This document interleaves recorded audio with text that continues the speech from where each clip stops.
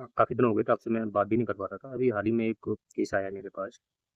मेरे पास का एक लड़के के साथ में एक फ्रॉड हुआ है। फ्रॉड ही क्या बहुत उसकी हालत भी ख़राब हो गई है, उसे बहुत पीटा-वीटा भी और बहुत ड्रामा हुआ। जब उसने अपनी कहानी बताई तो मुझे लगा कि मुझे इस इंसिडेंट के बारे में आपसे शेयर करना चाहिए जिससे आप लोग अवेयर रहें।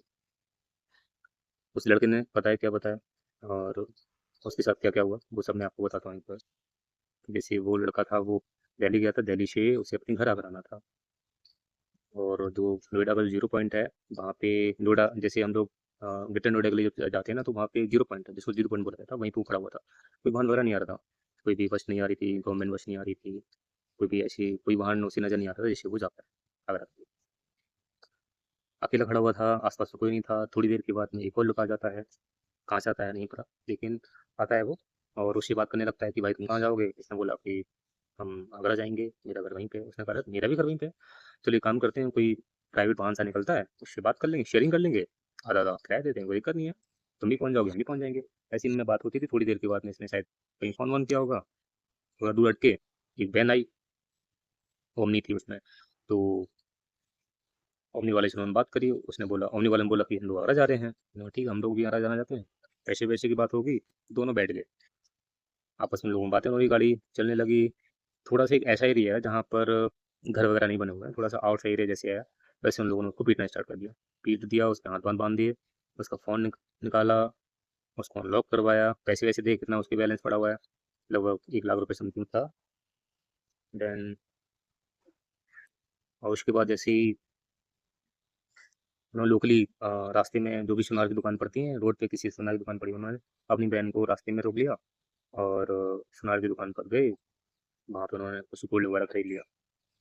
वापिस आके वहाँ से निकल लिए और इसको रास्ते में कहीं छोड़ दिया, उसका फ़ोन-वोन सब उतार के फेंक दिया और लोग भाग गए।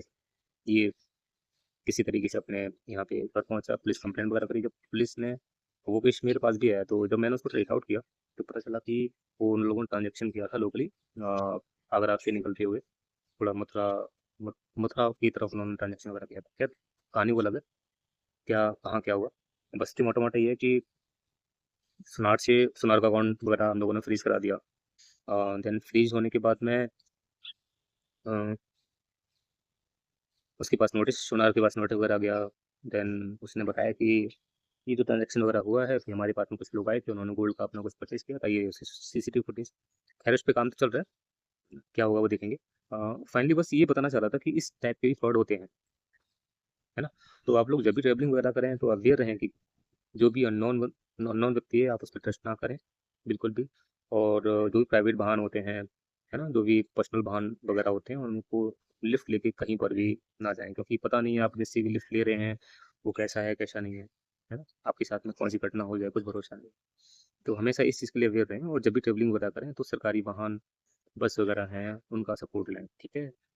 ओला, उबर वगैरह हैं, तो उनकी अगर आप बुक करेंगे तो उनकी आईडी-वाईडी सब वेरीफ़ाई होती है। तो इस तरीके से चीज़ें करेंगे तो ज़्यादा बेटर रहेगा। आप ऐसे ही किसी से भी आप लिफ्ट ले लेंगे तो फिर आपके साथ भी ये हो सकता है। तो इस चीज़ के लिए अवेयर रहें और इसलिए मैंने सोचा कि आप लोगों के साथ में शेयर करूँ। अगर मैं 20 लोगों के साथ भी इस चीज़ को शेयर कर पाया, 20 लोगों ने उस चीज़ को 20 लोगों के पास और पहुँचा दिया, तो मुझे लगता है कि एक पूरी चेन बन जाएगी जिससे लोगों के पास में ये जानकारी पहुँच पाएगी। तो मैं यही चाहता हूँ कि आप इस और लोगों के साथ भी शेयर करें। जो लोग भी ऐसा करते हैं, ट्रैवलिंग करते हैं, किसी से भी लिफ्ट ले लेते हैं। अगर आपके साथ नहीं हुआ, क्या पता भविष्य में ऐसा हो जाए, ठीक है? तो सुरक्षित रहिए, मैं बस यही चाहता हूँ और मैं जो भी वीडियोज़ वगैरह बना के डालता हूँ, मेरा उद्देश्य बस यही रहता है कि जो नए-नए टाइप के जो भी मेरे पास में नई-नई चीज़ें हैं, नए-नए केस वगैरह आते हैं, तो मैं आपको उससे अवेयर कर पाऊँ। 10 लोगों को भी मैं बता पाऊँ, 10 लोगों के पास भी उस चीज़ को भेज देंगे, तो कम से कम कुछ लोग तो अवेयर हो पाएँगे। कुछ लोग तो इस अपराध उनके साथ होने वाले अपराध से बच पाएँगे, उनकी जो हार्डेस्ट मनी है, वो कम से कम सिक्योर और सेफ रह पाएगी। Thank you so much.